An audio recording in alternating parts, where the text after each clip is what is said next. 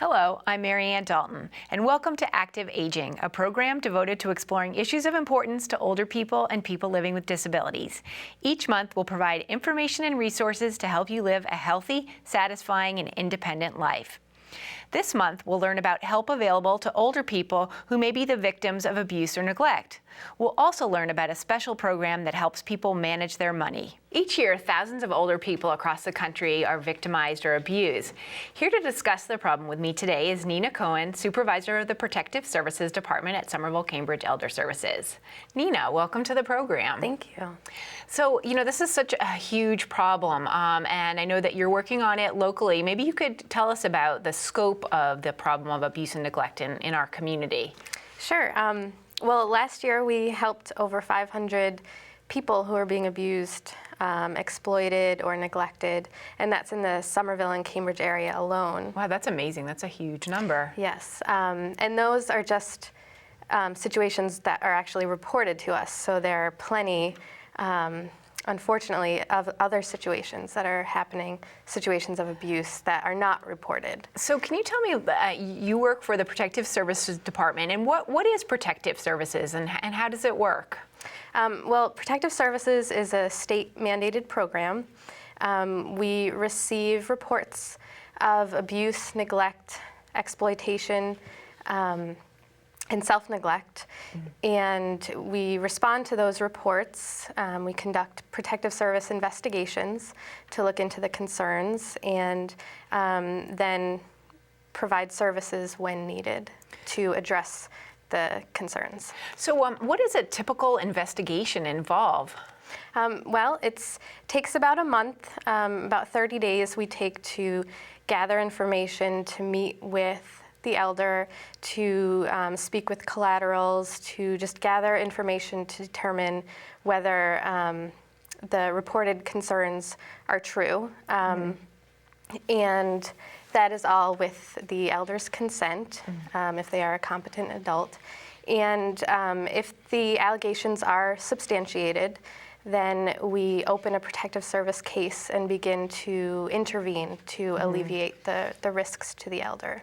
Well, I'm very interested to hear about the interventions, but first maybe could you describe maybe some typical situations that you've encountered in the community? Sure. Well, we look into cases of physical abuse, emotional abuse, sexual abuse, then financial exploitation, caretaker neglect, and self-neglect. And so the specific situations kind of run the gamut, and a lot, with caretaker neglect, abuse, and exploitation, there is a perpetrator involved who is a family member, a caregiver, a friend, a neighbor, and then there's also cases of self-neglect. When there is no actual perpetrator, it's an elder who's perhaps not getting their needs met and therefore at risk.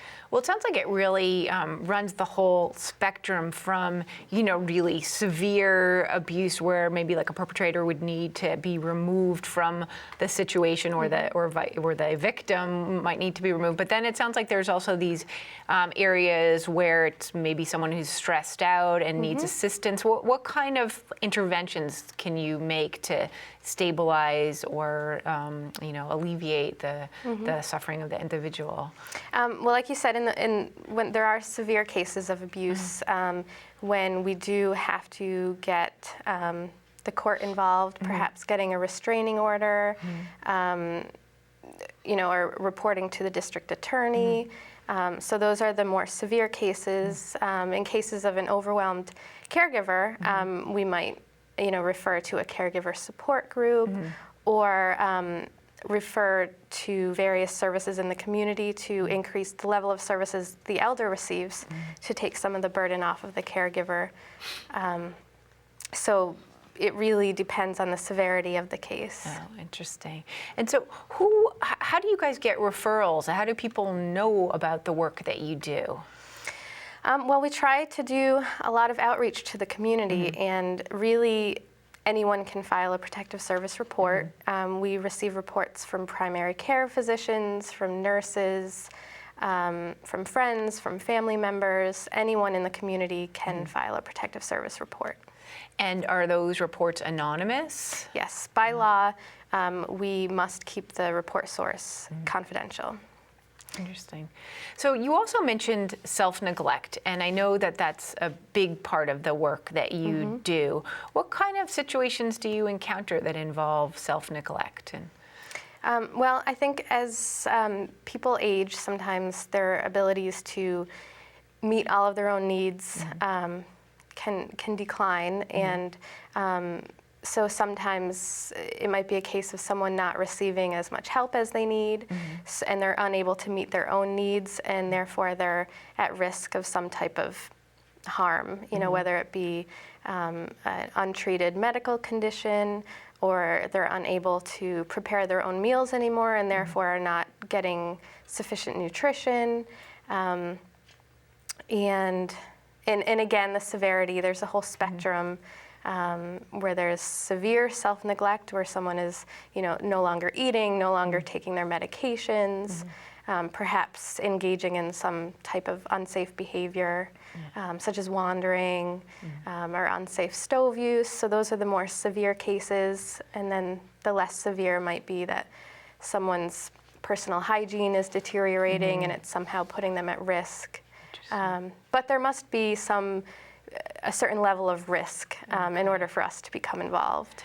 So I know sometimes it's really hard for the community to understand that you can't always do something, and it's maybe not even ideal for you to do something in these cases of self-neglect. Can you talk a little bit about the philosophy of protective services as it relates to like self-determination? Sure. You know, we really, the right to self-determination is part of the foundation of protective services. So as long as someone is a competent person who is capable of making their own decisions, then we respect those decisions. So competent individuals have the right to refuse our involvement. They also have the right to refuse consent for us to speak with people, such as their physician or their family members. So really, we have to balance the right to self-determination with the safety concerns. Yeah, no, it does seem like there's a lot of ageism, though, involved, because it seems like often people just assume, well, that, you know, they're old, you know, they shouldn't be doing those things, and it seems like you have to, you come up against that quite frequently in the community. Yes. I think a lot of people in the community look for a quick fix. They see someone who is at risk, and they're concerned, which we can certainly appreciate the concerns. However, I think people tend to lose sight of the fact that these are adults who are capable of making their own decisions and have that right to do so. And we do not violate that right as long as someone is competent. You know, there are cases where someone no longer has the capacity to make their own decisions, and then we have to take kind of a harder approach in terms of, you know, really taking that decision-making ability away. Interesting. Yeah, no, it's funny that sometimes people can be they can be younger, maybe in their 40s or in their 50s or 20s, engaging in all sorts of risky behaviors, but no one ever contemplates, you know, taking their right to self-determination away. It's very interesting. So can you tell me a little bit about maybe some of the interventions you make in self-neglect cases? Well, we often refer to our home care program, which is part of our same agency, so that someone can receive more services and supports in the home. You know, once there is a need that is identified, we try to meet that need, whether it be through services in the home or facilitating them going to a primary care physician appointment. You know, whatever the need might be. If they are not able to prepare their own meals anymore, we might make a referral for Meals on Wheels. So it's really identifying the need and then finding a service or support that can then fill that need. So I know hoarding is an issue that you face a lot, and it's getting more kind of recognition in the community as a serious problem. What can you do in those kind of cases? Because I know there's probably people watching who, you know, might have a neighbor who's a hoarder and sees the, you know, safety issues that go along with that. Well, first, we recognize the problem as more than just someone who's not throwing things away. Yeah. I mean, it's much, the roots are much deeper than that in terms of the hoarding issue. And, we really, it's not just an issue of getting someone in there to throw away the stuff, because that really doesn't solve the problem or address the true need. So, it might be that we refer to programs in the community that specifically address hoarding issues, recognizing kind of the, sometimes there's a mental illness component that goes along with it. There might be some kind of emotional issues that need to be addressed in order to then address the hoarding issue. And, we try to work with people where they're at instead of just kind of marching in and throwing out all their belongings. Yeah, which, that probably doesn't work too well. I imagine they're back and about. Then they come back, yes. That's interesting. Well, so if someone wanted to make a referral to the Protective Services Program, where could they call? Where could they get more information? Okay, well, they can call our program at Somerville Cambridge Elder Services Monday through Friday from 9 to 5, and that's at 617-628-2601. There's also an elder abuse hotline that is a statewide hotline that is staffed 24 hours, 7 days a week. And that's at 1-800-922-2275. Great. Well, thank you very much for joining us today, Nina. Thank you for having me.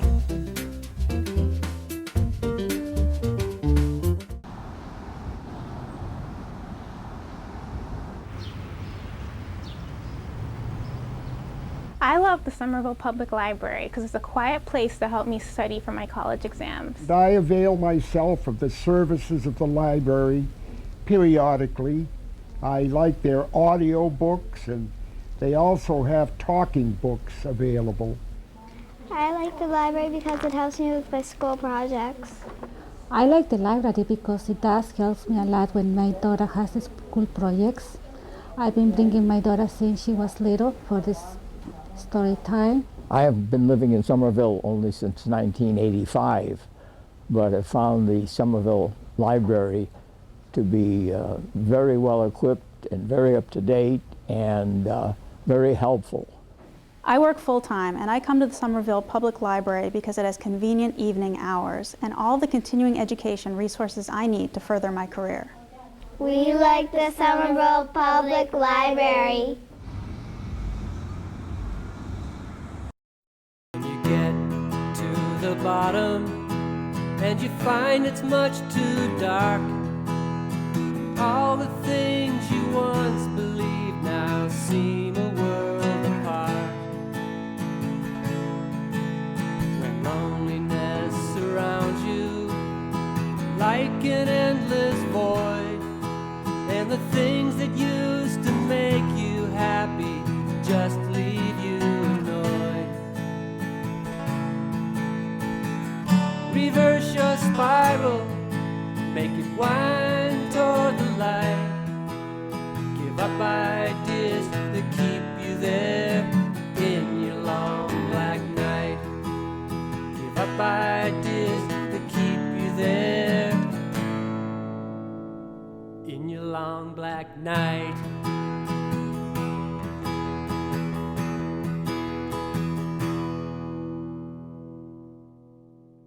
My second guest today is Al Solomon, the manager of the Money Management Program at Somerville Cambridge Elder Services. Al, welcome to the program. Thank you. We just heard about protective services and some of the problems faced by older people in the community, whether they may be abused, neglected, exploited. And your program, the Money Management Program, I know plays a really critical role in helping to kind of alleviate, in particularly the financial exploitation. So maybe you could give us an overview of what money management does. Well, money management assists people in managing their finances. We're not talking about financial planning or estate planning. This is more the everyday aspect of managing your finances, paying bills, making sure that you don't get overdrawn at the bank. So it's a very practical part of a person's life. So how might someone come to you? What situations in their life may they be experiencing that they need to have a money manager? Usually the people who are referred to the program have been referred by either a case manager at the agency at Somerville Cambridge Elder Services. We get many referrals from Protective Service where there are cases of financial exploitation. But it usually involves situations where individuals are unable to meet their obligations with regard to paying their bills. So for example, a client, utilities might be shut off, or the rent might not be paid, or they have a debt that they can't seem to manage. Credit card debt seems to be growing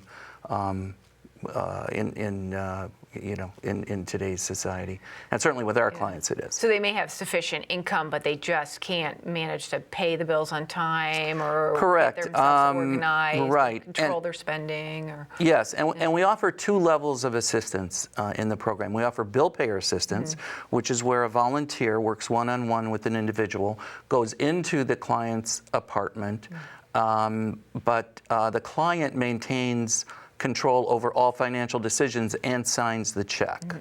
The second level of assistance is representative payee assistance, and that's where Social Security, it's usually Social Security, appoints the agency as representative payee for an individual who's been deemed incapable of managing their finances. So for example, you were talking with Nina about, or Nina talked about competency. We have clients who are competent, but really not capable of managing their finances. Yeah. And I find it so interesting that it's this one area where people may be functioning in every other area of their life, but this could lead to them ending up in a nursing home or in some more restrictive setting just because they just can't manage. So it seems like the program is so vital, this simple kind of intervention. Right. We had a client once who was perfectly competent, but could not resist the telemarketing scams. She would receive phone calls, and of course, once you get on a list, you're on about a dozen lists as being an easy mark for people to extract money from. So she would make donations to all of these just bogus charities or promises of good health or good luck, and so in that situation, she depleted all her assets. I mean, on a monthly basis, she would write about 35 checks a month, and always had a negative balance at the bank, and then ran into problems because she didn't have enough money to pay rent. Wow. So you were able to step in and help her? Yes. In that situation, we had to have her become a representative payee client, so that we took away her access to her own money to protect her. Yeah. So how does the program actually work? There are volunteers who, are they trained, screened? How does that work? We're very careful with people who wish to volunteer with the program. There is a process where they submit an application. They have to provide 3 references. We do a CORI check, which is a criminal background check. Then there's about a 2-hour training, and then an additional hour interview one-on-one with me, where I get to know the volunteer a little better and then match them with a client who's waiting. And we always do have a waiting list of about 15 to 20 people. So how much of an investment of time is it for the volunteer each month to do this? It's a rather minimal time investment. It's about 3 to 5 hours a month, and I have to say, it sounds self-serving, but it's a very rewarding volunteer experience, because you're really providing peace of mind for the clients. And it's also very flexible. It's basically hooking up with the client whenever they have the time. Yeah, no, it's fascinating. It seems like you've really been able to turn some people's lives around, where you've really given them back a quality of life that they had lost due to their inability to manage their money. Yeah, and we've been able to show people, not just paying essential bills, but we've been able to show people ways to save money as well. and to provide information to prevent them from being exploited or taken advantage of, or to do things a little bit smarter. For example, we advise our clients, if they get a credit card, on the back of the credit card, instead of signing their names, to put the phrase "ask for ID." That's one way of preventing identity theft. Another way is to, if a client is paying a bill, let's say a credit card bill, rather than putting the entire account in the memo portion of the check, just the last 4 digits, the credit card company knows, the rest of the numbers. As far as saving money, unfortunately, many of our clients smoke, and so we have a client now where, by ordering cigarettes from one of these Indian reservations in upstate New York, the client will be able to save several $1,000s a year because of the cost of the cigarettes that she's now ordering, as opposed to paying $7 a pack at the store. Now, and you had also mentioned that there's now some kind of cell phone program that people can take advantage of, that we're just starting to tell our clients about. Yes, this is fairly new. It's called SafeLink, and I brought with me an actual phone. This is a remarkable free service. It's a free telephone. It's free service and free minutes. It's 80 minutes per month, which roll over, which means whatever you don't use rolls over, is added on to the next month's 80 minutes. And I guarantee many people watching qualify for this. You really only need to be receiving some type of federal assistance, be on Mass Health, be below 135% of the poverty level. So, because cell phones and cigarettes are huge budget busters for with people. The cable bill and yeah. So this is a great way to save money. Interesting. And I know the other thing, and you've mentioned it before, but these kind of like scams that people come up against. What are maybe some of these typical scams, and how can older people protect themselves? Well, basically, you never want to, if I had to make some generalizations, you never want to send money in advance of anything. So if you receive a letter that tells you you've won a lottery, but you need to send $800 in order to collect the $690,000 they have for you, that's a scam. If someone calls you, or again, you get a letter and they ask you, let's say you're selling something, well, most of our clients wouldn't be selling anything, but basically it's just a letter, usually from a person posing as an attorney, telling them that they've come into some money, and the only way that they can collect it is to deposit what looks like a perfectly legitimate check. It could be a postal money order. It looks like a postal money order. The scams are endless and very creative, but you never want to send any money to anyone. You never want to give your bank account number on the phone. You never want to give your Social Security number on the phone. So these are the kind of things that you work with your clients on. How many clients do you have in the program now? We have approximately 65 clients in the program. Of the 65, 15 are rep payee clients. And 50 are bill payer clients. And again, each client has a volunteer who works with them one-on-one. And so the goal of the program is the same as the goal of the agency. It's to keep people living independently in their own apartment. Because sometimes all it takes is simple bills not being paid that jeopardize an individual's being allowed to stay in their apartment. We work with many clients who, because they've neglected to pay the rent, forgotten to pay the rent, didn't have the money to pay the rent, receive eviction notices. So we work closely with Somerville Housing, with Cambridge Housing.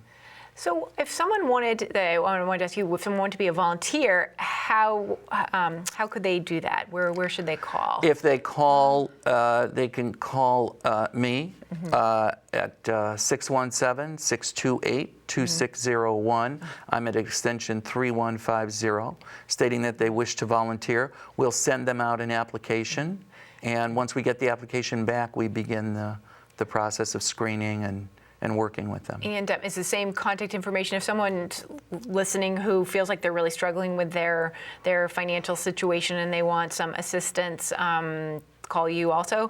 Yes. Sometimes articles appear in the Somerville Journal or the Cambridge Chronicle stating that we're looking for volunteers. Although I haven't seen those articles in a while, but that we're looking for volunteers, and sometimes people will read the article and know that they are not interested in volunteering, but they're interested in receiving the help.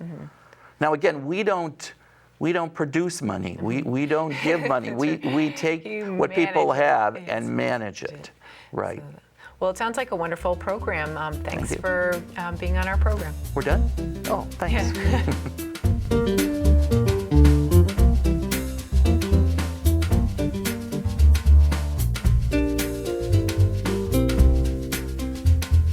Thanks for watching Active Aging.